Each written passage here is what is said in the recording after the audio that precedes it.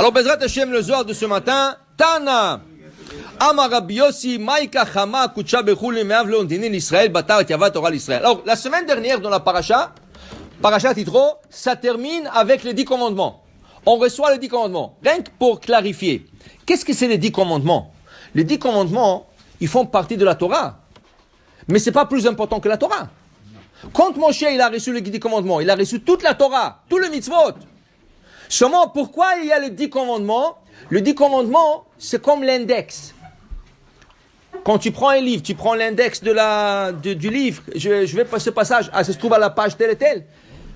Rabbi Saadia Gaon, il a dit que dans les 10 commandements, si tu comptes, il y a 613 lettres. Chaque lettre correspond à une mitzvah. Alors, ça veut dire que le 10 commandements, c'est l'index de toute la Torah. Dans chaque lettre de ce 10 commandements, il y a une mitzvah qui est attachée à cette lettre. Okay? Maintenant, Moshe, il a reçu toute la Torah. Alors, c'est pour ça qu'il vient le Maïmonide et il dit quelque chose. Il dit, écoute, il y a des gens qui ont la coutume, quand on lit les 10 commandements, ils se mettent debout. Il dit, les gens, qu'est-ce qu'ils disent? Quoi? Tu veux me dire que les 10 commandements, c'est plus important que le reste de la Torah? Ça ne peut pas être. Toute la Torah, c'est pareil. Alors, tu ne peux pas te mettre debout pour les 10 commandements et pas pour le reste de la Torah? Alors, comment on le fait? Dire à Avodah Yosef, si tu veux garder cette coutume, alors tu fais monter un rabbin, un érudit, un tamid racham, quelqu'un, et les gens se lèvent pour lui. Là, les gens ne sont levés pas pour les 10 commandements, pour le rabbin, et ils restent debout. Comme ça, tu as résolu ce problème. Mais tu ne peux pas être assis. Et quand le Hazan, il commence le 10 commandements, tu te mets debout. Quoi, le 10 commandements, c'est plus important que la Torah? Non. Toute la Torah est sainte, toute la Torah est sacrée. Tu ne peux pas te lever plus que le 10 commandements, ok? Mais non, le 10 commandements, on l'a reçu la semaine dernière, Parashat Yitro. Cette semaine, on appelle la Parashat Mishpatim. Qu'est-ce que c'est Parashat Mishpatim? Dans chaque Parashat, il y a une petite histoire, il y a un petit sujet, il y a un peu d'alachot. Cette Parashat est purement de lois, qui ne sont pas connectées. Evet d'Ivri, Shabbat, de dommages monétaires, de dommages physiques et tout ça. Il y a toutes sortes de lois. Ça s'appelle Parashat Mishpatim. Pourquoi cette Parashat vient après Yitro? Quel est le rapport, la connexion entre les deux? Parce que tu as reçu les 10 commandements, mais maintenant il faut expliquer. Il faut expliquer. Alors, Parashat Mishpatim. Et dans Parashat Mishpatim, on parle de quoi? Ton taureau, il est parti, il a encorné le taureau du voisin. Ton taureau, il a encorné l'esclave de ton ami. Ton taureau, il a cassé ou il a mangé le jardin de ton ami. Ken? Ou toi, tu as couru, tu as cogné contre quelqu'un et le pauvre, il ne peut pas aller au travail. Il faut le dommager. Ken? Tout ça pour mettre le shalom, dit le Zohar. Parce que le din, c'est le shalom. La rigueur, c'est la paix. Ça veut dire que s'il y a quelqu'un qui est mécontent parce que tu lui as fait du mal, dis-moi, tu veux pas que quelqu'un garde dans son cœur quelque chose contre toi. C'est pas bon pour toi. C'est pas bon. Il vaut mieux de l'arranger. Tu veux pas que quelqu'un ait une rancune. Tu veux pas que quelqu'un, toute la journée, il pense, celui-là, il m'a fait, si j'aurais la chance. Tu sais, ça, c'est pas bon. C'est le din. C'est une accusation. Dans le ciel, c'est une accusation. Tu vas voir le shalom. Comment le shalom? Le gars, il vient un jugement. Ok, ça va. Mais tu arrives au jugement. Qu'est-ce qu'il fait le juge? La première chose qu'il te demande, est-ce que tu es prêt à faire un jugement à l'amiable? Ça veut dire, on arrange les choses. Oui, il t'a fait et tout ça. Est-ce qu'on peut s'arranger à l'amiable? Si tu dis oui, tu sais un contrat. Tu es prêt à accepter tout ce que... Si tu dis non, et l'autre il dit non, là on juge. Din. Mais ce din-là, à la fin, il va emmener le shalom. Il va emmener la paix. Pourquoi? Parce que chacun, il dit, ok, ça y est, ils ont jugé, ils ont décidé, ils ont décrété, j'accepte. Ok? Alors il te dit ici, la Torah, c'est shalom. Derachea darche noam, vechon netivotea shalom. La Torah, c'est la paix. La Torah, elle veut la paix entre les gens, entre les amis, entre le voisin, entre tout le monde. Alors il dit ici, c'est pour ça que cette paracha, elle vient après une paracha Yitro, pour mettre le shalom dans le peuple.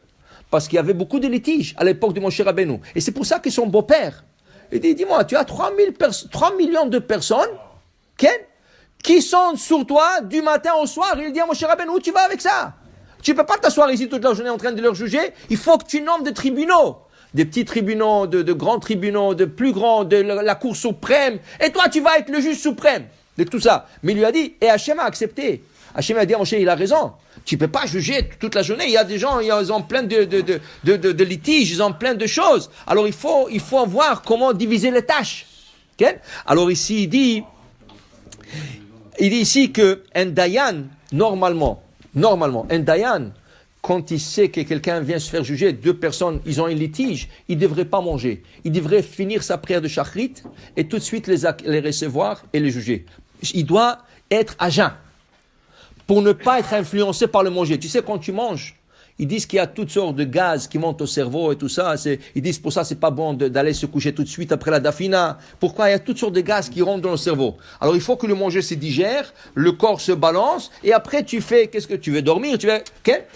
Il dit ici que le dayan, pour ne pas être influencé par tout ça, il doit juger dans l'estomac vide. Il doit finir sa prière et il doit juger. Dit ici, Lo tochlu ala dam. Il emmène le Zohar inversé à Torah. Mayadam, azara ala dayane. C'est un avertissement aux dayanim de lo yechlun ad dayni dena. Qui mangent pas jusqu'à qu'ils font le din. Et surtout, dit le Zohar, qu'est-ce qui arrive si on juge quelqu'un? Mais la condamnation peut être une peine capitale. Qu'est-ce que c'est une peine capitale? Un gars, il a tué quelqu'un. Il y a des témoins. Et les juges sont en train maintenant d'investiguer. Et ils sont en train de poser des questions. Ah, tu l'as vu? Comment tu l'as vu? Quel jour tu l'as vu? Où tu l'as vu? À quelle heure tu l'as vu? Et ils prennent l'autre. Dis-moi, quel jour? Maintenant, il faut voir. Est-ce que ça matche les deux choses qu'ils sont en train de parler? Et, Chas v'Shalom, ça peut arriver qu'ils doivent le condamner à mort. Ça, c'est sûr qu'ils doivent être à jeun. Le Dayan, quand il juge à mort quelqu'un, ça veut dire, il ne sait pas, mais ça peut arriver à une peine capitale, dire le Zohar Kadosh, il dit, tu es obligé d'être à jeun. Tu es obligé pour avoir complètement ta pensée 100% concentrée sur le jugement. Pratiquement aujourd'hui, ça ne se fait pas. Parce qu'aujourd'hui, il y a une faiblesse qui est venue dans le monde. Un dayan qui ne va pas manger avant de juger, c'est le contraire. Il va avoir faim, il va penser rien que je vais manger, au lieu de penser qu'est-ce qu'ils sont en train de dire. Tu comprends? Ils vont mieux aujourd'hui qu'ils mangent, qu'ils se calment, ils mangent bien, au moins prendre un café, quelque chose comme ça, pour qu'ils soient concentrés. Mais à l'époque de Moshe Rabbeinu, c'était le contraire. Il fallait être à jeun pour juger. Alors, ça dépend de chaque situation, mais pour dire... Le jugement, dit le Zohar, c'est le shalom. Ça emmène le shalom entre les gens. Baruch Adonai le'olam. Amen ve amen. Ce cours a été dédicacé par la famille Kedoshim, Louis Nishmat Nissim Kedoshim Ben Rivka, Tinishmatot Surah Betzroa Haim Vashalom. Amen ve amen.